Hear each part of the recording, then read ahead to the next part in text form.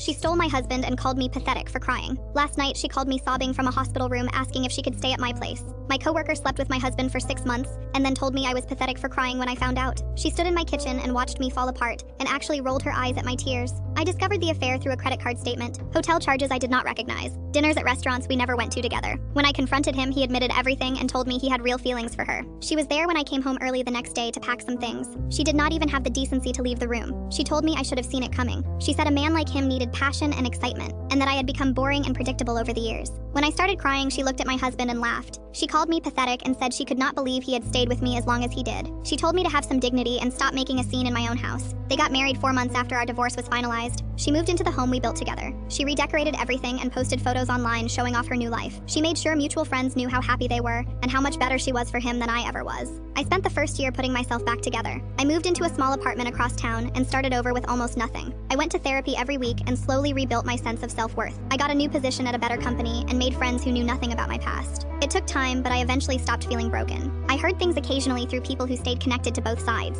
Apparently, she quit her job after they got married, expecting him to support her completely. They burned through their savings quickly. He started working longer hours and coming home angrier. The perfect life she advertised online was falling apart behind closed doors. Then last night, my phone rang at 2 in the morning. It was a video call from a number I did not recognize. I almost ignored it, but something made me answer. When the screen lit up, I saw her face and my stomach dropped. Her left eye was swollen shut and dark purple. There was bruising along her cheekbone and a cut on her lip that looked fresh. She was sobbing so hard she could barely speak. She told me she was calling from a hospital room and had nowhere else to go. She said it had been happening for months, but this time was the worst. She said he changed after they got married and she never saw this side of him before. She had no family nearby and had pushed away most of her friends throughout the years. She had no one left to call except me. She asked if she could stay at my apartment when she got discharged. She said she remembered I was always kind and forgiving and that I would understand what she was going through now. She said she finally knew she made a terrible mistake and was sorry for everything she did to me back then. I looked at her face on my screen. I saw the bruises and the swelling and the fear in her eyes. I thought about standing in my own kitchen watching her laugh at my pain. I thought about her calling me pathetic and boring. I thought about all the months I spent wondering if she was right about me. Part of me felt something seeing her like that, but a bigger part remembered exactly who she was when she had all the power. I told her I could not help her and she should not contact me again. I said there are people trained to handle situations like hers.